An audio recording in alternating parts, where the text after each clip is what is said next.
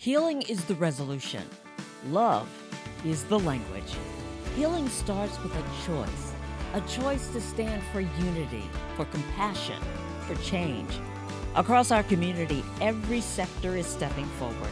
Individuals, faith leaders, educators and educational institutions, athletes, government officials, business leaders, health professionals, law enforcement and fire service, each taking the pledge in their own way, yet united by one purpose. Because when we all choose healing, our community moves, our city breathes, and hope comes alive. Join the movement. Take the pledge at www.the411live.org. Print your pledge. Take a picture holding the I took the pledge and post it on your social media page with the hashtag the411live. Hashtag I dare you to heal. Now, I dare you to heal.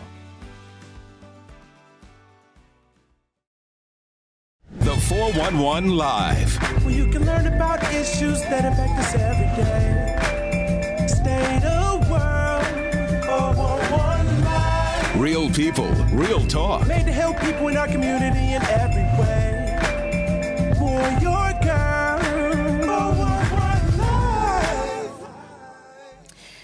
I was talking to a friend of mine not too long ago, and she told me that she had met this person, and they had a long talk, and she said, Beverly, you need her on your podcast because she has an incredible life story. It's about trauma, tragedy, and triumph.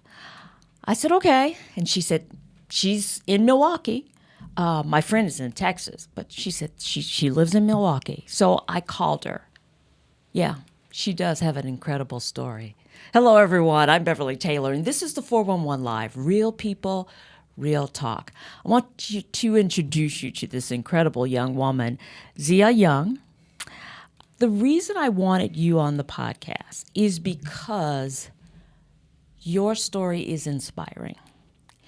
You know, we have a lot of things, like my pastor used to say, you're either coming out of a storm, you're in a storm, or you're going to a storm. Or you just came out, you're in it, or you're going.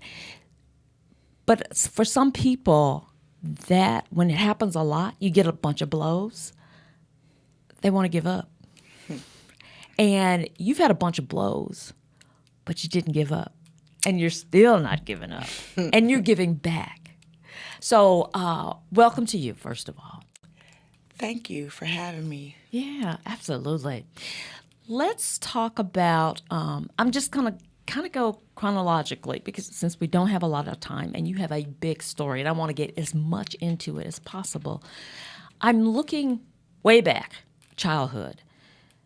I know that there was abuse in the family, but I'm wondering, was there a time when there wasn't?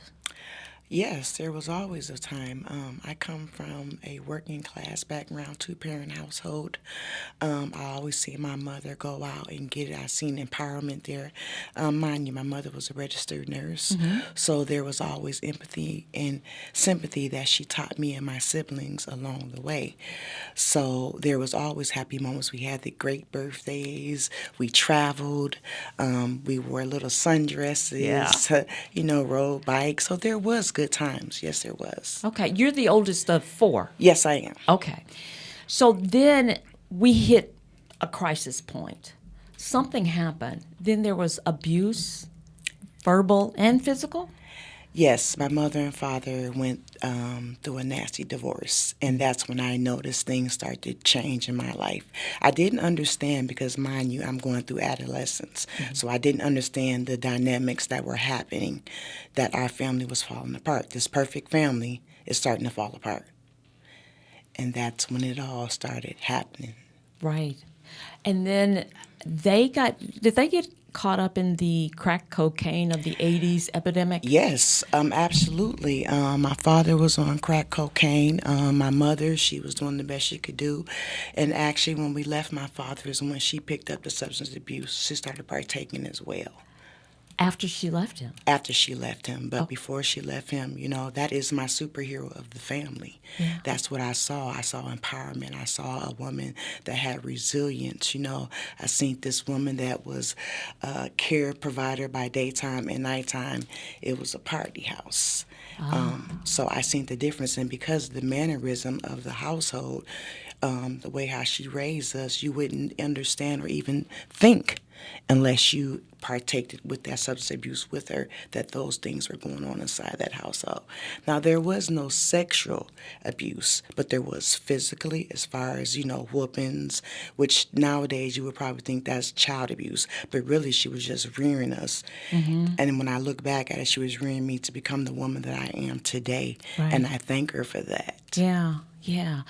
There was a point where things kind of spiraled, where you are almost taking care of Mom, right? Once Mom had started partaking into the crack cocaine epidemic, the roles had reversed. I became the mother figure, and she became the daughter figure. So, which means those siblings that I have, mm-hmm. I pushed them to keep going because I felt like somebody had to make it, and I'd rather see them make it because I just felt like I was the oldest. And, it's like an eagle. I was soaring, right. But I wasn't soaring high. And I felt like I had little eaglets that could soar better if they had that influence. I knew this as a little girl. If you give positive talk, positive things happen. I didn't know how I knew it, but I knew it. Mm-hmm, mm-hmm. And your siblings benefit from it. Yes, they did. Yes, because now, they have careers, they have homes, they're doing well. Very well, and I'm very proud of that. And so now they're looking at their big sister, and they want to see me succeed. Mm-hmm, mm-hmm. So I have never met a person who was emancipated. How did that come about? So my mother was partaking into the substance abuse era, and the monies that she was getting too much of, and they had told her she could no longer be the payee. She had to find somebody that could become a payee, or she would lose the benefits that was coming in. Now, mind you, she's getting Social Security, mm-hmm. she's getting AFDC, she's getting food stamps and all that. But this particular income that she was getting, you had to have somebody that had not been into the system, had not borrowed money before, things of that such nature. She took me downtown to the courthouse and told them that she no longer could do X, Y, and Z. I had to go to court. She had to go. We had to sign some paperwork. She had to get it stamped and approved. Oh, notarized? Notarized, yeah. Excuse me, that's the word. She had to get it notarized, and so I'm not knowing what's going on. This is a whole new world. Right. So I was able to go cash the checks. I was able to pay the bills. I was able to do such things of a such. Although she still had the substance abuse problem, she was showing me how to pay certain things and keep things in perspective. Because like I said, if you didn't get into the drug life with her, you didn't know she was getting high unless you and her partake together. Right. So we were holding up this big image, so people didn't know. But how is that for you, taking on all this responsibility? Well, first and foremost, these are my siblings. Mm-hmm. We were always taught you stick together, that's all you have. And I felt like these are my sisters. These really are my sisters. I had to be there for them. I felt like I was a superhero. They have this syndrome called eldest sister or the oldest sister mm-hmm. syndrome. There is no diagnosis for that. That is just a saying for that. And I felt like I've experienced all the whole symptoms, because when it comes to being the oldest, you have to have resilience for the other ones falling behind you. Right. You have to set an example. And I think I did set a pretty good example. Although I was partaking in my own spiral, I was going down, I didn't want to see my little sisters not be the best they could be, because that was the mold that I took. That was the disposition that I took in life, that I had to see them make it. I didn't think that it was important for me, because I felt like I was going to be able to do this one day or the other. Right. I didn't know how, Beverly, yeah. But this is what I'm telling myself. Yeah. You were talking about, doing all these things for your sisters, making sure they're okay. But you mentioned a spiral. You were going, what, down? What was happening to you? So spiral. So first of all, I was an honor student coming from the Grand Avenue Middle School. Got accepted to Riverside University High School, honor student. That's when my life started to spiral. Once I got into high school, I started partaking in marijuana. I started hanging out with people that were rejected or were feeling or seeing the things that I was seeing. That was the crowd that I wanted to be in. Didn't understand that, but that was a depression that I was going through, and didn't see that or didn't realize that. So I would start hanging out with them. So we would start skipping to school. I started stealing, all type of things, because I was looking for the attention I was not getting. Right, right. Then comes your mom's drug dealer Correct. impregnates you Yes, he does. at 17. Yes, he does. At that point, what were you going through? How did you process that? Well, the process was I was looking for love in all the wrong directions, and he was giving me the love that I thought was natural. But so mind you, I'm a daddy's girl. So when you're not receiving that love where you're supposed to be getting it, now you're seeking it to get it from other places. Right. And when someone's giving you things and making you feel a certain way, you think that's love because you don't understand what Right. love is. You know, I'm 17 years old. How do I know what love is Yeah. besides what I've experienced at home? And if I'm not getting it from home, I'm looking for it to get it from somewhere because I know I'm a lovable person. I should be getting love. I do understand that because that was something I was receiving once upon a time. Right. And I'm sure he saw that vulnerability Of as well. course. Yeah. Of course. Yeah. So you dropped out of school. Yes, I dropped out of school because now I have a little one that I got to be responsible for. Now, mind you, I like being there for people. Now, this is my own offspring. So, of course, I want to give him the best life that I never had. Right. And you dropped out of school, and at 25, you get your high school diploma. Yes, ma'am. Was it one of those things where you said, one day I will, but I'll make sure he's taking care? So that was my motive. My motive was to see him get across the stage. I wanted him to do more than what I did. My mother always had this saying, don't be anything like me, be better than me, be different than me. And so that was the motive that I was giving to my son as well. And so, yes, he is a high school graduate. He does have some college education. He's doing pretty well for himself. He will be turning 30. He's not a father. He's, enjoying life. He's been across the world, so he's doing pretty good. All right. I'm smiling, Right. You did okay as a mom, right? I can't say, I can't take all the credit because God had a lot to do with this as well, too. Right. And I'm not going to take much from his father because he was a good father to his son. He's still in his son's life, and they have a great relationship. That's good. So I can't just say I did all this by myself. I'm not going to sit here and just say all the credit goes to me because it does not. Right, right. So you get through this. So you've gotten through this. You're 25. Your son is doing well. You're ready to head back to school, and you have the high school diploma. You get into college. You decide what you want to kind of be like mom and go into nursing. So yes, that was my passion. Oh my God, that was my passion. I wanted to be a nurse because I wanted to follow in the footsteps that I was being shown. Didn't quite happen that way for me. I had got up to 77 credits. End up getting robbed by gunpoint, carjacked. This was in 2017. I get carjacked, car's gone for 33 days. I'm in nursing school getting ready to take the examination. They allowed me to take it 4 times. You had to have a solid 75. On the last test, I ended up getting a 74.3. I remember this like it's yesterday. I broke down. Yeah. Because I've been striving so hard. I got 77 credits. And this is what I see. I see nothing else. All I see is nursing because this is what I've been shown. This is what I know. I know I can do this. I know I can do this. So quite naturally, how it works is you get kicked out of that program and you got to find some other program. Mind you, I got 77 credits. I'm not leaving Alverna It's a college I'm attending. Right. I'm not leaving there. So I go home, and my advisor calls me. We're best friends right now to this day. She calls me and says, we have a program starting called the social worker program. First, she said, good morning, how are you doing? Are you through having your pity party? Whoa. Yeah. And so I said, yes, what's going on, blase, blase. And she went on to tell me that they had this new program that was being introduced to Alvernos College. And she thought I would be a great candidate for it. And that although I would lose 10 of those credits, I could still take those 66 and transfer over.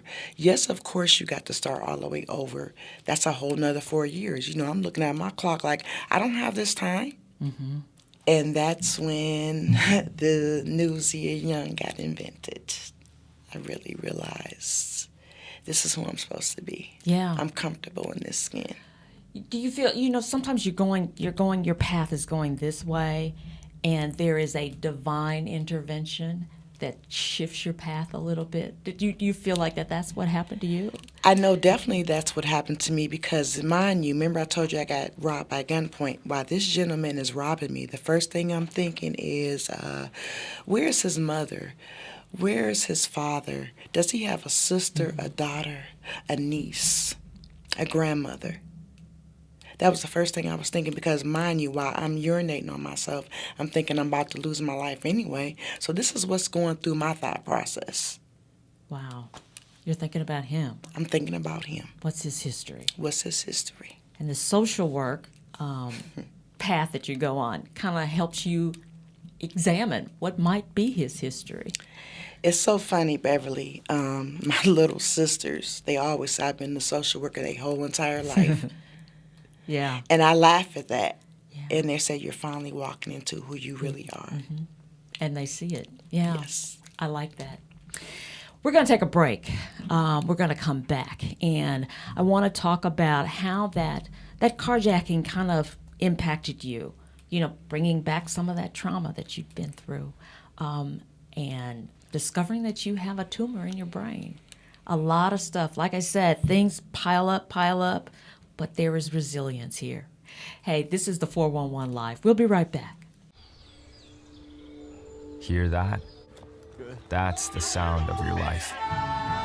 Perfectly imperfect. But every time you drive after drinking, the music gets drowned out. Your life sounds pretty great. Don't let a buzz ruin it. Buzzed driving is drunk driving. Don't drive buzzed. Whether it's our stories, the warmth of our laugh, or our family's secret sauce, we all bring something different to the table. So make some space. The power of connection is waiting right outside your comfort zone. Learn how you can help strengthen your community at belongingbeginswithus.org/teamup. I never got a college degree. Now I'm the CEO of my own company. People want to tell me I'm one in a million, when actually I'm one of millions.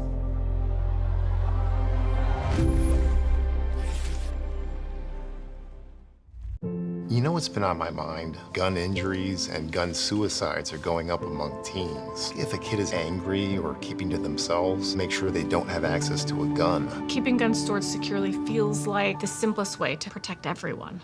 Life's daily battles are not meant to be fought alone. Cloud, you okay?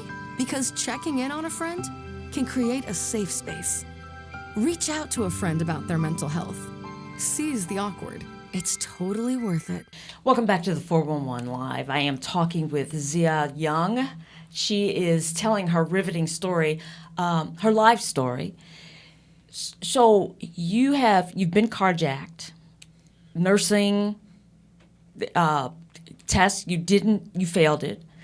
You pivoted, you got into social work, and you discovered that this is really the path you should be on all the time. Absolutely. You absorb this material.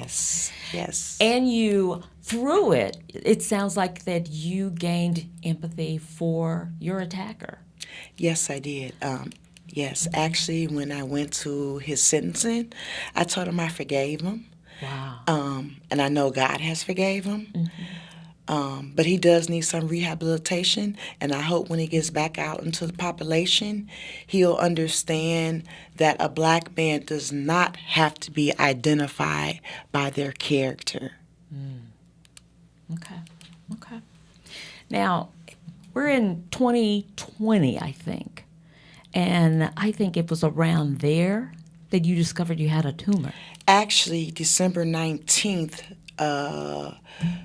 2019, the last day of the semester, we're wrapping it up, finals. December, yes, you're correct. So then January of 20, my sister, so I'm going to take it back. So December of 2019, my sister graduates with her nurse practitioner. So she has this party, and they're thinking that I'm belligerent at the party. I'm not a drinker. I mean, I do have my drinks, you know, my fair share, but I can handle myself. And so they're thinking that I'm I had too much this particular day. That was the tumor riding on my cognitive nerves. So to a person, first of all, let me identify the tumor. It was a meninge, which was non-cancerous. Thank you, Jesus. Yeah. So my sister's telling me something's wrong with me. I'm like, no, you're just trying to get credit because you just graduated. I'm going to be your guinea pig. I call her Nosy Susie. Okay. Nosy Susie took me to the hospital, and they found out what was really going on because she had the verbiage to tell them. Because you got to realize I had insurance that I did not fit the criteria to have an MRI. Whatever verbiage my sister told that hospital, they got me to 3 MRIs that night. Wow. And that's when they discovered I had a mass the size of a grapefruit riding on my brain. Now that's big. Very big. The size of a grapefruit. The size of a grapefruit. I'm assuming you had surgery to get it out, or get some of it out? Yes, ma'am. So I had surgery to get 80% out. I still live with 20% of that for the rest of my life, or I would have been completely paralyzed how they took all 100% of it out. Yeah.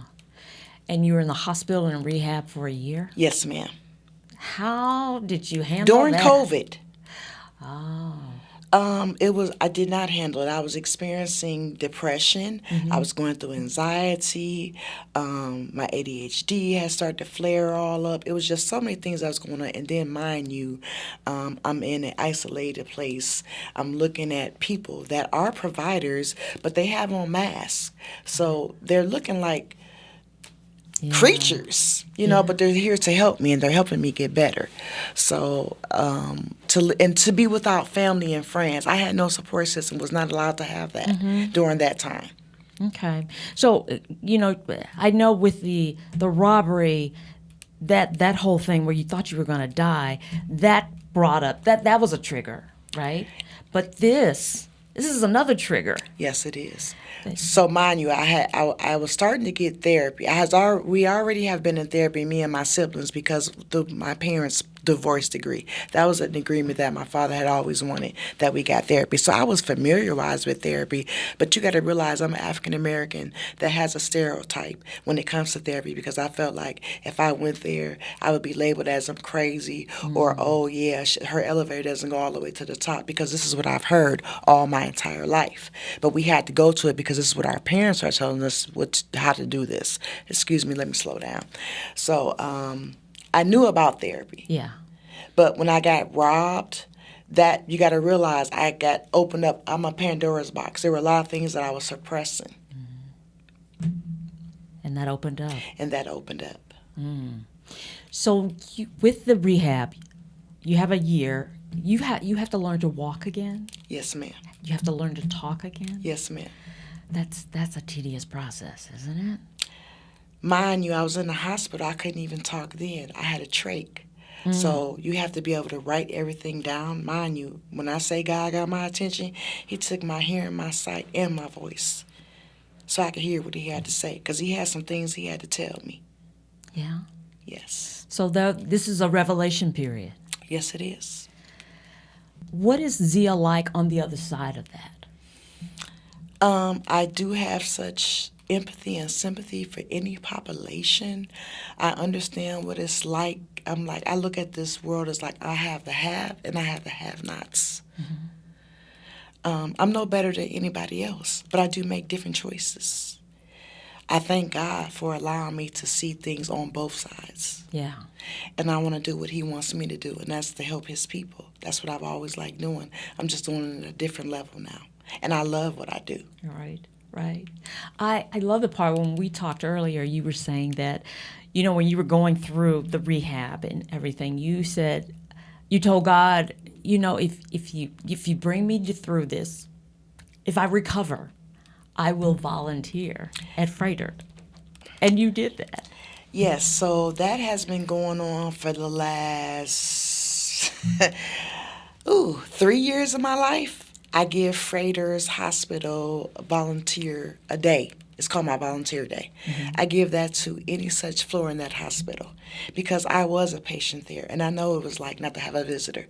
This is 2025, and you got patients right now that don't even have family members visit them because of what their lifestyles have, you know, permitted them to be like.